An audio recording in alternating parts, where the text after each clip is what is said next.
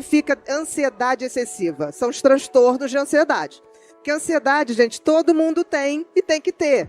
Porque se a gente não tiver ansiedade, a gente não se move na vida, né? É necessário ter ansiedade. Agora, a gente não pode ter excesso, porque ela nos paralisa ou nos adoece. Quando ela nos adoece, a gente tem os transtornos de ansiedade, que são os mais comuns: transtorno de ansiedade generalizada, transtorno do pânico, que as pessoas já ouviram falar muito, o TEPT, que é o transtorno de estresse pós-traumático, quando a pessoa passa ou por uma situação de sequestro, ou por uma calamidade, ou por uma tragédia. A gente tem o TOC, que também é um transtorno de ansiedade. Então tem o espectro da ansiedade adoecida. Quando alguém chega assim, você é ansioso, não está dizendo nada. Todo mundo tem que ter ansiedade. Só quem não tem ansiedade é psicopata. Então, assim, uma pessoa que não sente medo, uma pessoa que não tem ansiedade, eu fico até preocupada. Porque a coisa mais humana é a ansiedade, que é o sistema de defesa da gente.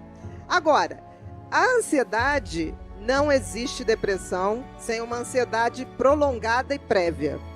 Então, a própria transtorno de ansiedade, o próprio adoecimento da ansiedade, leva em média 1 ano e meio, 2, para uma pessoa, por exemplo, abrir um transtorno do pânico, tá? A gente sempre tem que fazer a linha do tempo, que é, por exemplo, eu não quero saber quando a pessoa chega adoecida. Eu quero saber como é que foram os últimos 2, 3 anos daquela pessoa. Aí tem gente que fala assim, não, mas eu levei 5 anos para adoecer. Ok, tem gente que estica a marcha, tem gente que suporta mais, mas a média do ser humano, para adoecer de excesso de estresse, que antecede o adoecimento, é 1 ano e meio, 2. Passar disso, você sempre vai adoecer. Que pode ser por excesso de ansiedade, como pode ser as doenças autoimunes. Lúpus, colite ulcerativa, síndrome de Crohn, a mesma tiroidite de Hashimoto, que muitas mulheres têm.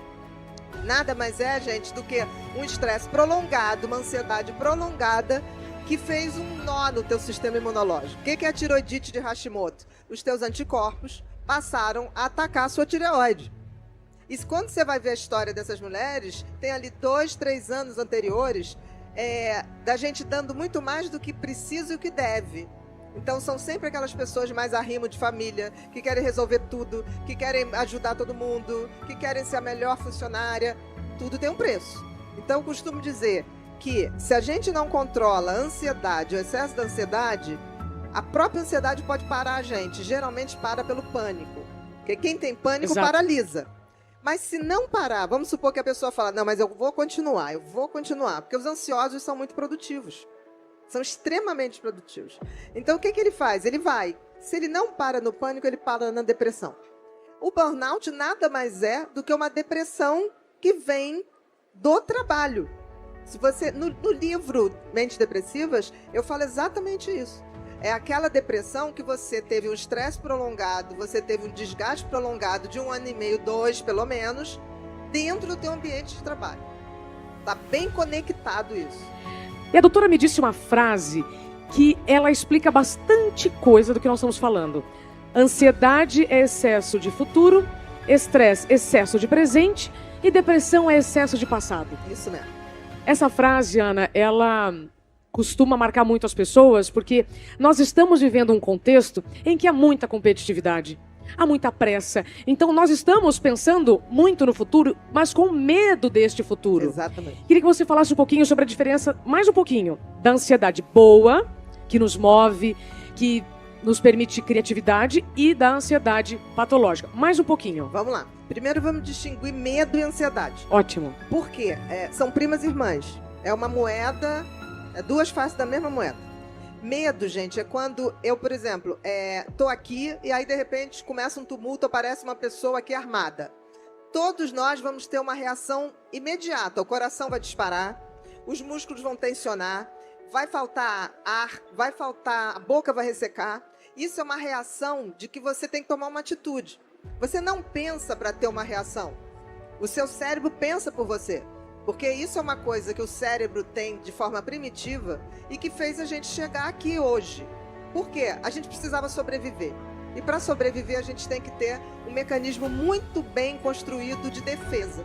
Só que tem que esse cérebro às vezes exagera nisso. Ele começa a ver coisas onde não existe. O medo é uma reação absolutamente normal perante algo que eu sei que é ameaçador. A ansiedade é a mesma reação, mas não existe esse perigo palpável. Sou eu que crio.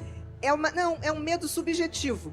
Por exemplo, quando eu tenho medo do meu chefe, para o cérebro, esse medo é quase assim, ele vai me matar. E é muito difícil um chefe pegar e matar um funcionário. Mas o teu cérebro interpreta aquilo como uma ameaça de vida e morte. Por isso que, quando a gente fala medo, eu sei do que eu tenho medo. Agora, quando eu falo ansiedade, é um medo subjetivo. E a gente tem que entender isso, porque se eu não entendo que eu estou tendo aquela reação e não está acontecendo nada, eu não me toco de começar. O que é esse nada? Mesmo que seja subjetivo, é uma ameaça para mim. Entendeu? Então, essa é a diferença. Agora, qual é a diferença da ansiedade normal e patológica?